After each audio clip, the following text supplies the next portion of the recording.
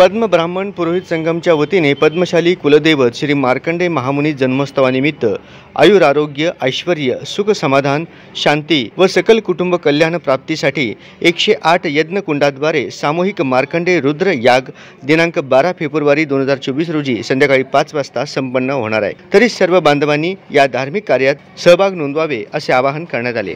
पद्म ब्राह्मण पौर्ध संघम सोलापुरम संस्थापक ब्रह्मश्री वेंकटेशम गड्डम पंतुलु पद्मशाली कुलदेवता श्री मार्कंडेय महामुनि जन्मोत्सव दिनमुన ఇక్కడ 108 యజ్ఞశాలలు వేయడం జరిగింది। సాందాయిక వివాహంతో ప్రకారంగా